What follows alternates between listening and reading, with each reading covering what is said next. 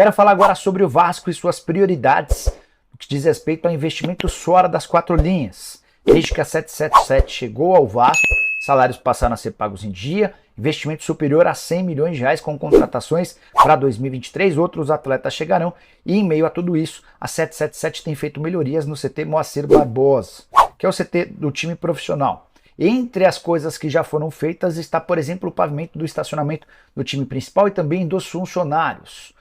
Um dos corredores que levam os atletas até o campo também passou a ter paredes com fotos e imagens de conquistas e também de jogadores importantes que já passaram pelo clube.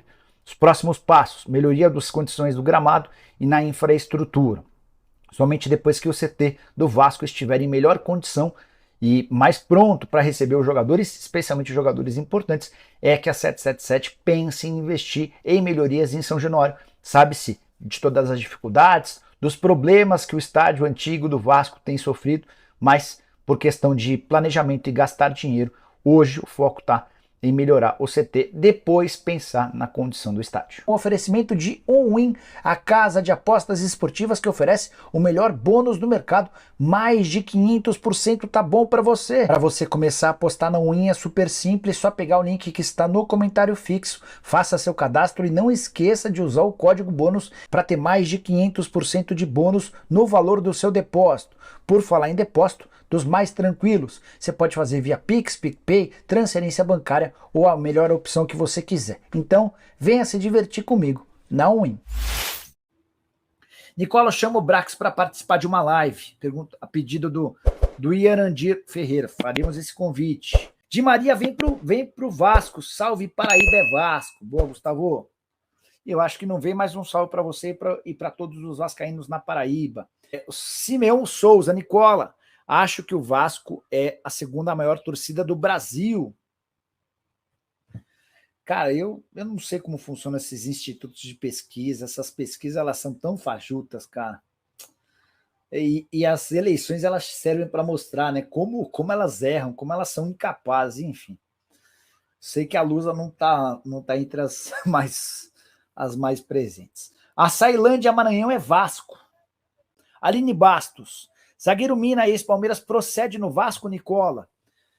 Aline, o Mina tem tido muitos problemas físicos, tá? Cara, um dos piores investimentos feitos na história do Everton. Os caras gastaram um caminhão de dinheiro e ele não jogou. Aí jogou agora dia 21 de janeiro, ó. 90 minutos na derrota contra o West Ham. Tinha jogado 76 contra o Wolverhampton. Então, assim, ao que parece, ele está completamente recuperado da lesão que o afastou por mais de 6 meses, tá?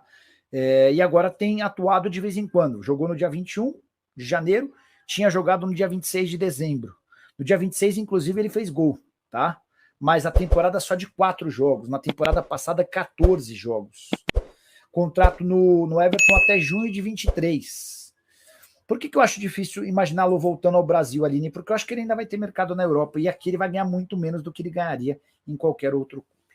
Edmilson Vieira, não queria nem Di Maria, nem Papo. Prefiro o Franco Fagundes ou o Reynoso. Chegaram a especular no Uruguai que o Franco Fagundes poderia ir para o Flamengo, me pareceu cascata, não senti no Flamengo muita vontade nisso não, tá? New Jersey, USA é Vasco, é o Cristiano Almeida. Boa, Cristiano. Já que eu for para os States, vou passar na tua casa para me hospedar aí de graça. Vi num outro canal falando da possibilidade do Gonzalo Alácia no Vasco. O que poderia nos falar dele, Nicola? Leandro Guedes, nunca ouvi falar desse jogador, não o conheço. Deixa eu mandar uma mensagem para o meu guru sobre assuntos internacionais. Bruno Garcês. Bruno, boa noite. Tudo bem? O que você me conta desse jogador? Mandei aqui, tá? Vasco queridão, Vasco. Bora, meu Vascão. Caraca, meu. Vascaíno aqui em peso, cara. Nike no Vasco. Chegou um superchat aqui, ó. 2, no caso. SAF será rediscutida no Congresso, chance de acabar. O John Textor, que é o dono do Botafogo, ele deu uma entrevista ao Fogão Net nessa semana, uma entrevista longa, e ele colocou o dedo em algumas feridas. Ele falou que nem as instituições têm levado a sério decisões ligadas à SAF. Falou que o governo federal, que a Federação Carioca, que a CBF estão cobrando dívidas que não são da SAF do Botafogo, e sim seriam da associação. Nicola, sabe dizer se o Flamengo renovou com... Ô, Matheus Silva, você quer me complicar, né? Abraço. Mais um superchat. New Design Massoni. Nicola, o Soene aqui. Boa, Soene. Boston é Vascão. Quando vier a Boston, pode ficar em minha casa. Olha, Fernanda, já temos lugar para ficar. Só não podemos ir no inverno, porque em Boston o bicho pega, hein? Nome de vocês. Vocês vão mandar mensagens aí, eu vou registrando, tá? Denildo, Cleiton, Márcio, Heloísio. Heloísio não virou ainda, não. O Adeilson, o Pedro Luiz Neto, Thiago Zagre, Marlon Leonardo, Aguinaldo Ramos, Guilherme Figueiredo, Alisson Fernandes, nada que sério, hein? Só pedir para vocês deixarem like. Tem também aqui na descrição da live o link para vocês entrarem no nosso blog. Quando a gente bater no nosso blog 1000 seguidores, eu vou sortear camisa. Eu acho que a gente nunca vai bater, né? Que estamos com 179. Só de propósito, eu vou deixar a live inteira, até o final da live, o blog lá, só de pirraça. Eu acho que eu vou deixar, até a gente bater 1000 seguidores, eu vou deixar, em todas as lives, eu vou deixar só assim, blog do Nicola. Quero nem saber, até de pirraça, para vocês me ajudarem, que vocês não me ajudam. Bando de Zé Preguiça, meu. Eu fico aqui mostrando o nome, falando o nome, respondendo, e vocês não dão uma ajudinha, né? Mas tá bom, não tem problema. Então vamos bater um papo aqui com o meu amigo Marcos Coelho. Coelhinho, o Panorama Esportivo do Jornal Globo fez uma entrevista com o presidente do Flamengo, Rodolfo Landim, que eu tenho um carinho muito especial, admiro como um presidente do Flamengo, e também o Vasco hoje emitiu uma nota oficial com 9 tópicos, rebatendo a entrevista, dizendo vários assuntos. Por exemplo, o Vasco diz que não foi convidado pelo Flamengo, que já tentou jogar no Maracanã pela mesma cota do Fluminense e foi cobrado uma cota maior, que o Flamengo e o Fluminense não querem deixar o Vasco participar da concorrência do Maracanã. O que você fala pelo lado do Flamengo? O que você tem apurado, Coelho? Wellington, é um assunto até que é um pouco complexo para tratar, porque até li isso na nota do Vasco, são 2 momentos diferentes. A tratativa que o Flamengo tinha com o Vasco na gestão passada e antes também desse momento da SAF, e as tratativas de agora. Agora, aparentemente, não há relação. Abrindo um parênteses em cima do que você está dizendo aqui importante, quando o Flamengo chamou o Vasco para participar, foi em 19 com o Alexandre Campelo. Isso aí.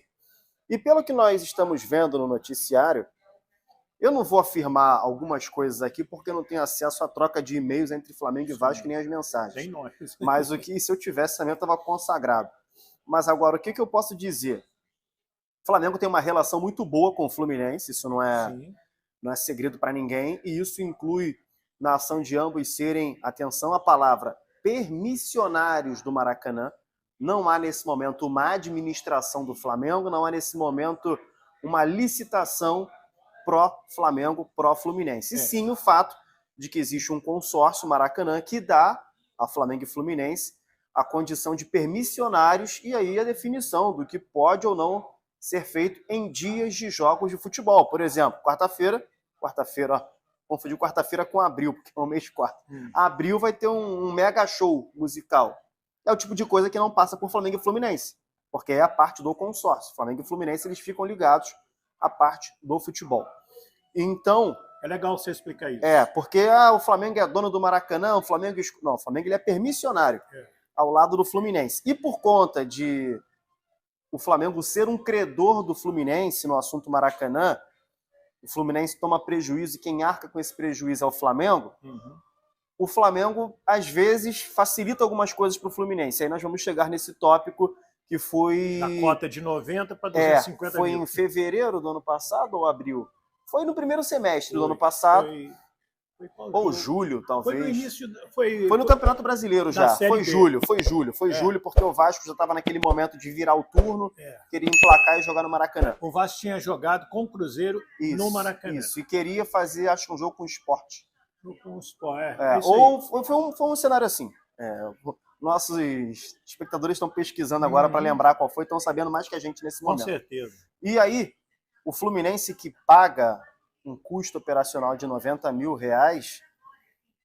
viu o Vasco chegar como um eventual utilizador do Maracanã, e Vasco teve a notícia pelo Flamengo que seria necessário o pagamento de R$250 mil.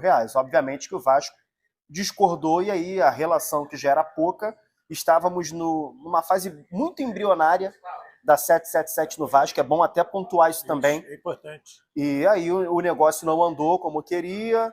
Depois o Vasco até conseguiu jogar vez ou outra no Maracanã, mas ficou ali um disse-me-disse muito chato.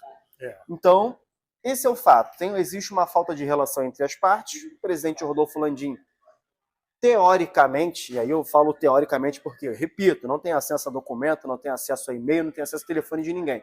Mas, teoricamente, nas palavras dele, no Panorama Esportivo, que é uma coluna séria do Jornal o Globo, disse que não foi procurado agora.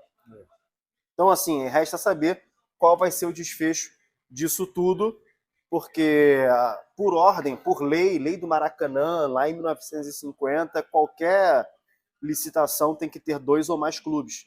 É estatutário, é impossível um clube só administrar o Maracanã. A lei que foi feita lá em 50, ela previa isso. Se em algum momento o Maracanã for privatizado, deverão ser pelo menos 2 clubes, e não um só. A não ser que ocorra alguma eventualidade, caso o Flamengo constrói o estádio, o Fluminense também, o Vasco também. Ficou só para você, usa aí, beleza, aí tá, mas caso contrário não. Mas esse não é o ponto. Voltando à parte da relação. O que eu sei é que não existe a relação entre as 2 diretorias. Existe sim, do Flamengo com o Botafogo. O John Textor está se aproximando muito do Rodolfo Landim.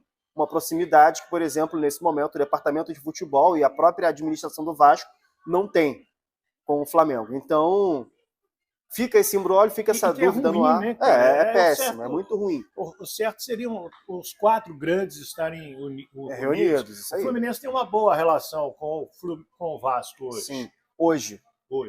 Pós Eurico Miranda, a relação do Fluminense melhorou muito com o Vasco. Que é Jorge Salgado. Antes era traumática. Acho que até na visão empresarial, o Salgado e o Mário Bittencourt ali falam idiomas parecidos nesse assunto. Então, clube para clube, a relação é boa.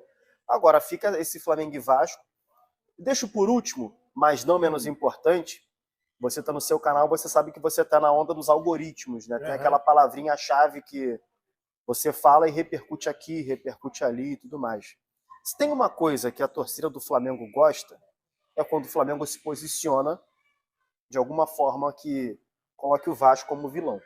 E tenho a certeza que a torcida do Vasco também gosta quando o Vasco se posiciona de uma forma colocando o Flamengo como vilão. E foi o que aconteceu hoje. Enfatizo, não tem acesso a e-mail, não tem acesso a telefone, não tem acesso a documento. Mas é uma forma da diretoria do Vasco mostrar para a sua torcida que há um interesse, sim, em administrar o Maracanã, mesmo que através de uma parceria, seja com o Flamengo ou com as empresas privadas mencionadas na nota, e que, do outro lado, tem um rival que está fazendo um jogo duro. Aonde eu sei, tem até vídeo aqui no nosso canal sobre, o que é a 777. Com essas 2 empresas, elas querem, não é só o Vasco jogar no Maracanã. Sim. Flamengo, Fluminense, o Vasco e o Botafogo, os 4 joguem no Maracanã. O que elas querem, essas empresas, é fazer uma administração mais europeia, mais americana do Maracanã. Então, mais espetacular. Para a madrugada no Rio de Janeiro. Lei seca. Quem foi parado na lei seca? Nenê. E o que aconteceu? Nada, porque não tinha bebido. Estava saindo do jogo, não foi sorteado para o doping, e se tivesse, não pode mais beber cerveja no antidoping. Então também não teria nenhum problema. Só foi flagrado. O único problema que teve é que existe uma repórter chamada Roberta Barroso, que deixou o carro de reportagem, estava cobrindo o jogo do Vasco, para conversar com o Nenê, que foi bem bacana ao recebê-la. Olha quem tá aqui na lei seca. Nenê, tudo certo? Pô, com fome, né? A gente sai do jogo já é parado. Na hora de casa ainda. Mas tá bom, esperar aqui resolver. E aí, tudo bem? Tudo jóia, só esperar o documento lá. Falei tudo certinho, 0-0. Tem que dar exemplo, né? E fez lá, teve que soprar, como é que foi? Só falei assim, em voz alta, até 10, aí já viu que não tem nada. Bom. Aí, ou acho que é assim agora, ou assopra ou você fala, né? Tipo um microfonezinho. Boa. E hoje foi um dia bom pra você? Pô, Gol. Graças a Deus, Hoje foi um dia especial, né? Porque, pô, passei o Romário, pô, fogo é que eu tô ficando velho. O vovô assumiu o posto de vovô real oficial. Velho, mano, como é que pode, velho? Mas é importante, a gente tava precisando da vitória, ganhar o jogo e pô, né, ter participado. Né, foi um gol totalmente jundiaense, né? O Pete cruzou pra mim, eu fiz o gol, a gente é de Jundiaí, os únicos dos jogadores que é de Jundiaí.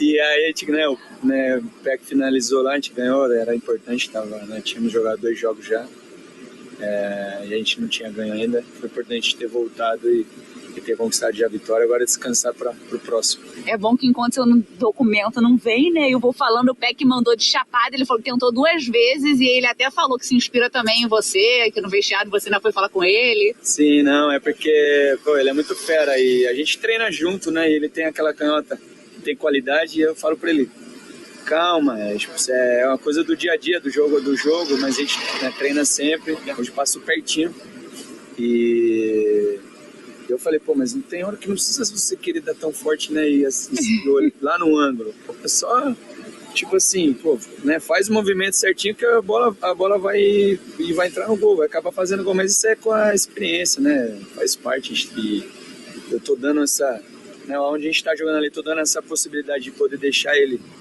né, fazer a jogada, porque daí eu levo o marcador, ele pode fazer a jogada, e quase que foi hoje, mas depois fez um golaço e já tá bom. Como é que é dar entrevista na Lei Seca? Eu nunca vi, primeira vez. Eu também.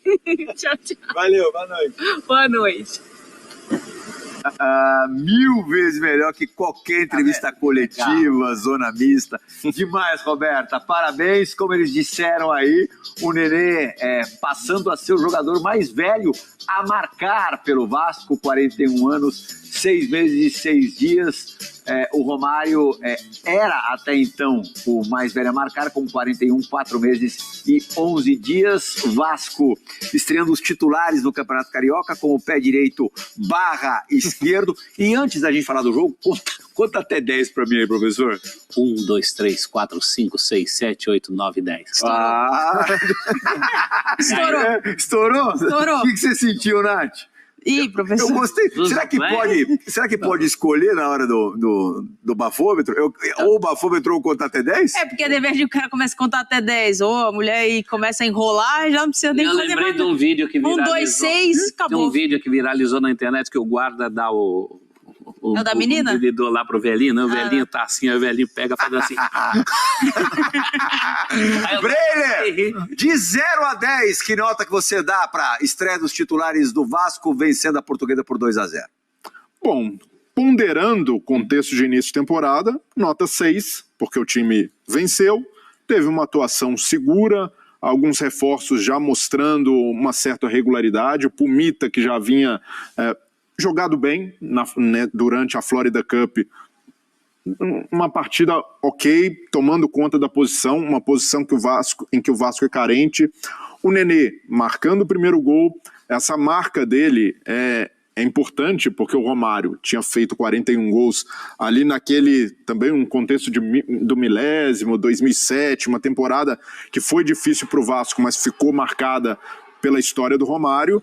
Mas o Nenê que tem jogado de forma diferente com o Barbieri. O Barbieri colocou o Nenê para jogar quase como centroavante, muito perto do Pedro Raul. Em alguns momentos o Pedro se deslocando mais que o Nenê para receber, e o Barbieri justifica. Ele quer o Nenê jogando mais próximo do gol, tendo mais condição de definir as jogadas, por isso que ele aparece dentro da área. Geralmente, nos outros anos, a gente viu o Nenê fazendo a jogada pelo lado, Nenê cruzando, e dessa vez ele tem usado os laterais muito abertos. Jogando desse jeito, ele sei o que você vai perguntar.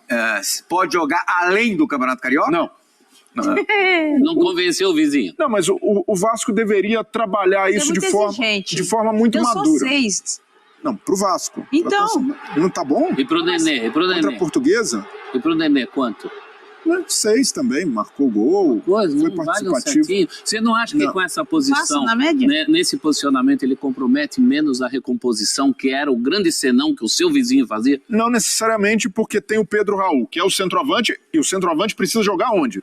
Perto do gol, dentro da área. O Pedro Raul está se movimentando mais, tanto é que ainda não marcou. Então precisa... Mas você acha que o Pedro Raul, por essa mudança, sai prejudicado? Não é que sai prejudicado, é possível jogar, e a gente fala aqui quando comenta do Corinthians. Os atacantes têm de ser participativos, têm de ajudar no momento defensivo. Mas, em termos de posicionamento, é melhor que o Pedro Raul fique centralizado, porque ele é o definidor. Ele chegou para ser o homem-gol.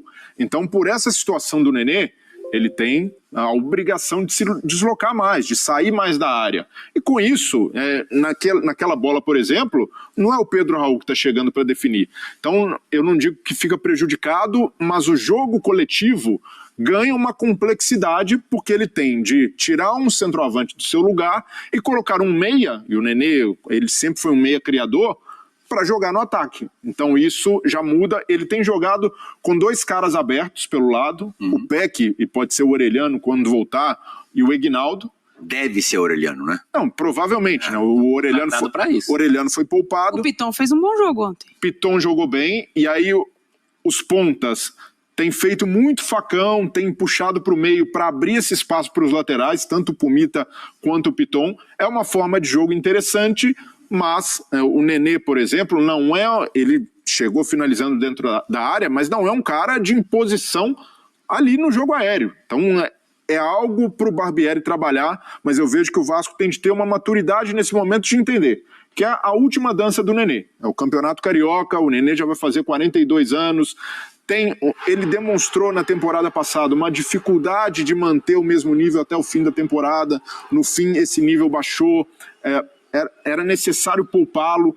A qualidade técnica, indiscutível. Isso aí o cara não desaprende nunca. E a gente percebe que o Nenê, quando recebe uma bola em condições, guarda, tem chute de longa distância. Nem para ser uma opção. Então, vejo que o Vasco deveria se desapegar dessa ideia de continuidade do Nenê. E aí até para pensar em reforços, para planejar o time que é de médio e longo prazo. Pensando no futuro, o melhor para o Vasco é que o Nenê termine sua trajetória no Campeonato Carioca. Não dá para ele surfar um pouquinho. Aliás, ele não teria direito de surfar um pouquinho na tranquilidade de ter outros nomes chegando, como elenco, não como time, como titular absoluto, como cara para salvar os jogos. Mas de repente podia fechar a temporada assim, né? O chamado na hora do filé mignon eu saio. Porque, poxa, ele merece também, hein? Há quanto tempo esse rapaz está carregando sozinho a cruz de Malta? Né? Minha avó dizia, todo mundo tem sua cruz. Ele tem uma cruz de Malta.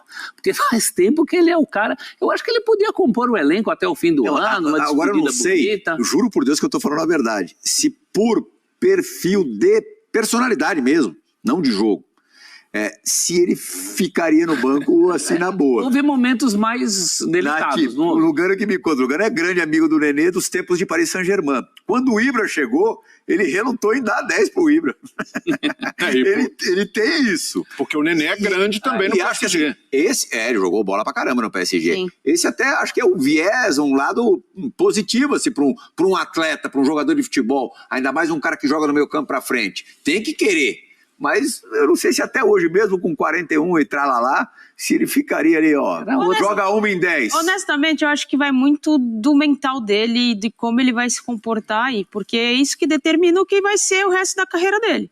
Se ele fizer um bom campeonato carioca e ele fala pro Barbieri, pode contar comigo, dá pra ser a temporada, e o Barbieri sentir necessidade, até pela falta de reforços que talvez não venham pro Vasco ainda no primeiro semestre, por que não? Se ele estiver bem, cabeça boa, é um cara que já mostrou que pode decidir alguns jogos. Mas para elenco, sim, para time... não tô falando de titularidade, mas para composição de elenco. Então eu vejo como um passo arriscado para o Vasco, que é uma nova fase. No passado, o Nenê segurava a onda porque era só ele. Então, de vez em quando, numa bola parada... resolvia ali num lance de qualidade técnica, de visão de jogo, mas ainda assim eram momentos limitados. Não foi um Nenê na temporada passada que sobrou na Série B. Pelo contrário, o grande destaque do time foi o Andrei. Ele sim carregou o time nas costas. E não pode ser algo somente por tributo. Vamos deixar o Nenê aqui porque é um cara de ambiente, porque é um cara que merece. Esse negócio de ambiente a gente já viu que não deu certo. Tem a identificação, tem de ser de fato pela entrega, em primeiro lugar, o mérito. Em segundo, o que o Vasco quer daqui para frente, que tipo de jogo se quer. Porque se for um jogo intenso, que dependa de 11 jogadores, o Nenê, nessa fase, não consegue entregar. E ele nunca teve características de um cara que fazia uma super recomposição. Ele sempre se pagou muito por uma qualidade acima da média. E hoje, só essa qualidade não tem sido suficiente. E não foi no ano passado. Então, eu não me iludiria com o Nenê para a temporada, reconhecendo... Eu adoraria chegar aos 42 anos, como ele vai chegar, fininho, um cara que se cuida. A gente percebe que nos treinamentos... Você não chegou aos 42 ainda? Ainda não, quero chegar lá, mas já não vou chegar como o Nenê.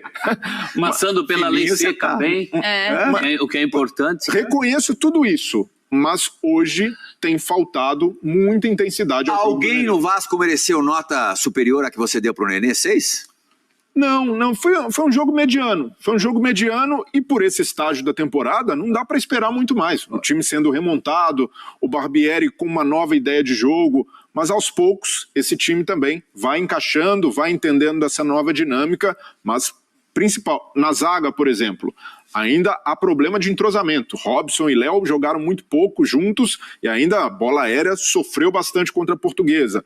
Mas é questão de encaixe e também de pensar em mais reforços, porque só esse time aí não é suficiente para segurar a bronca de uma temporada que vai ser muito difícil num nível bastante superior ao do ano passado na Série B. A Nath citou o Piton, né, como destaque positivo, mas alguém assim te chamou a atenção individualmente? Não, o Peck eu acho que fez uma boa partida. Eu não entraria com 6, eu entraria com 7. É porque é muita exigência. Você tá com o coração muito duro em relação. Professor e eu somos de uma escola da bola de prata, que é ali, o 6 é uma boa atuação. Mas o professor queria dar um pontinho a mais, não foi, professor? Qual a maior nota, professor, que você deu na bola de prata? Pelé. Eu já cheguei a dar 10 em bola de prata. Teve atuação de final de campeonato. O Dodô fez 5 gols no Cruzeiro, jogando em Minas. E para esse 10 não passou, mas originalmente eu dei... 10 e mais. 1997, ano em que o Dodô fez 57 gols na temporada. Tava voltando para cá. Acho que o cara fazer 5 gols fora de casa, contra um time do tamanho do... Ele fez 2 vezes naquele campeonato. Mereceria. Depois ele pegou o União São João de Arara, se não me engano, também fez 5, como o Edmundo, contra o União São João. Eu não estava nesse jogo mais, dando nota nesse jogo, mas um clássico das notas 10 de placar é o Giovani do Santos contra o Fluminense. 95. Em 95, o Santos precisava da diferença de gols e ele fez uma partida ali no nível dos jogadores que desequilibravam.